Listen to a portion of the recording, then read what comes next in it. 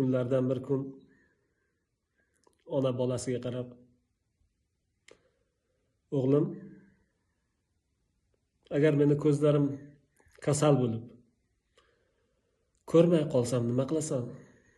deb so'radi. Bola, qiziqmisiz oyijon? Sizni yurtimizdagi eng yaxshi doktorga ko'rsataman. Eng yaxshi doktorga borib davolatamiz ko'zingizni. Shu ham savol bo'ldi-yu, debdi. Ona,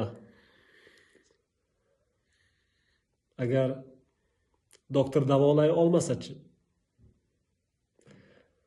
Doktor meni ko'zlarimni davolay olmasa nima qilasan? Oyijon, agar yurtimizda sizni davolaydigan kishi topilmasa, dunyodagi eng yaxshi doktorga aytaman sizni. Amerikadagi, Yaponiyadagi eng yaxshi doktorni topib sizni davolataman, oyijon.